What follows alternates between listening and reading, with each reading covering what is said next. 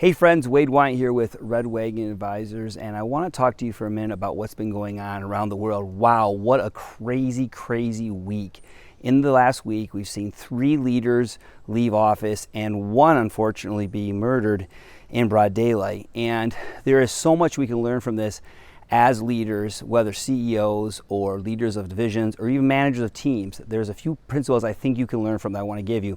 But before I do, I just want to say that this is so reminiscent of what we lived through back in the 80s and then in the 60s. Just the turbulent times. And as someone who's a little bit older now, and I can say that, I'm enjoying saying that a lot.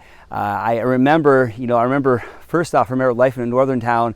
It talks about the winter of 1963. It felt like the world could freeze, and here we are in 2022, and it feels a lot more like we didn't start the fire, and all those things that Billy Joel sings off, if you will, about all the things that happened in the world from the 50s through the 80s when he sang the song. I think we didn't start the fire, but boy, you see it starting in the world, and so my hearts and prayers go out to all the countries affected.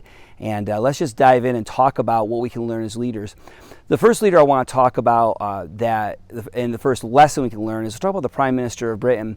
This is a real lesson that you think, well, it's not going to happen to me as a leader. This happens to leaders every day. And what Boris Johnson did wrong is that he lost a sense of optics. And this happens with leaders as they rise too far up in their company or in their political party or wherever, where they don't realize optics are still important no matter how powerful you are.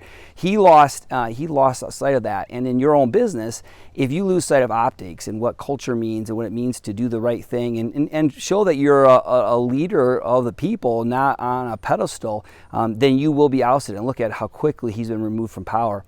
Then we've got the president or prime minister of France. I'm not sure of his exact title, but he just was announced that he's resigning over corruption causes. And in business, we do deals all the time, and sometimes we do deals that are fast and loose. They could be things that are close to shady, and we think, well, we can get away for this one time. And I will tell you, corruption always catches up with you, even if you're the prime minister or president of France. A third lesson we can learn is from the leaders of Sri Lanka, I'm probably getting that wrong, but they were literally raided by the people. The capital was raided. You see the videos online. It's wild to watch. And there's an example of not listening to your people. Because, you have to listen to the people. From what I understand, I'm not sure all the details, but it sounds like gas prices and other things are just out of control. And they said enough's enough, and they ousted the person in power. And so, as a leader, you need to listen to your people. And I was just in a company today where they haven't done a survey or listened to their people in years. And what do you think is going to happen to that leader? And don't think because you own the business or you're in charge or your brother's in charge and sister or whatever, you're going to stay in charge. That doesn't always happen. Employees have been known to bankrupt businesses where the owner does not listen. And then finally, the Prime Minister of Japan, who's been respected by many people, very, very unfortunate, former Prime Minister, was killed in broad daylight. It's just such a sad story. All deaths are sad, but this one just seems so unnecessary. And here's an example of watching out for, and I want to be careful how I say this, but I really think it's a principle a leader can learn from. The last principle is listen to your people. But the second thing is you can't listen to everybody. Here's an example of a deranged person who had crazy ideas that took him to the point, a Navy vet, unfortunately, where he took the life of his leader. Now look, that doesn't mean that he's right or wrong, and I'll be careful drawing any correlations here or even making any statements. But what I want to just say is that you're going to have people in your business who have ideas, and they may be a one-off, and you have to be very careful listening to all the one-offs because in some cases they're not right. And that poor gentleman was dead wrong, and he did just an unbelievable thing.